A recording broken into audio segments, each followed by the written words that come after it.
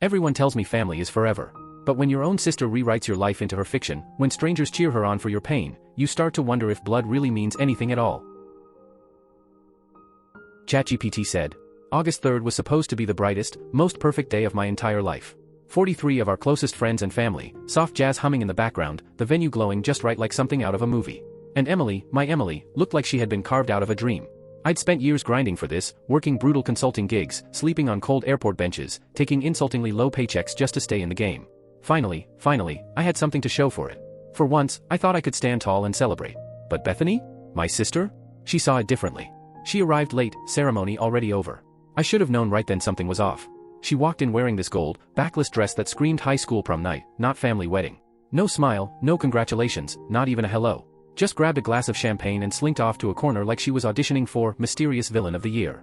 I caught her eye once, but it wasn't a sister's glance, it was like I was a stranger on the street. And if you knew Bethany the way I do, you'd know, silence was always the warning shot. 3 weeks earlier, she'd called me sobbing. Her car had broken down again. This was after I'd already lent her $1,200 in April for repairs. This time, she said she needed a whole new one. Urgent, of course. Always urgent. And I told her no. Not because I couldn't afford it, but because I was sick of being her emergency fund, her backup plan. She wasn't even trying anymore, skipping classes, partying with people twice her age, spinning lies to our parents about finding herself.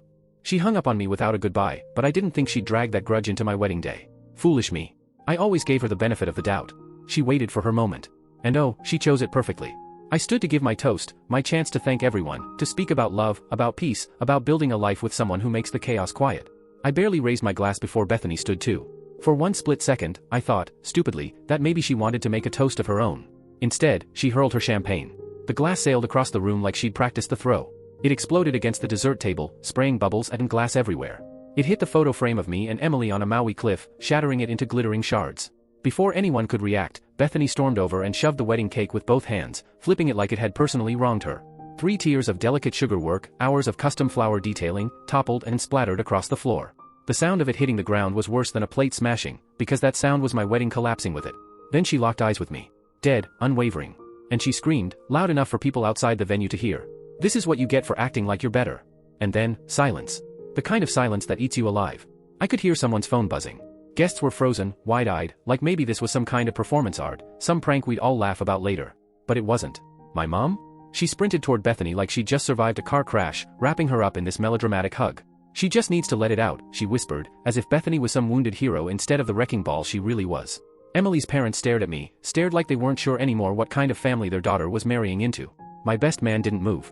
Even the DJ, bless him, just killed the music and froze.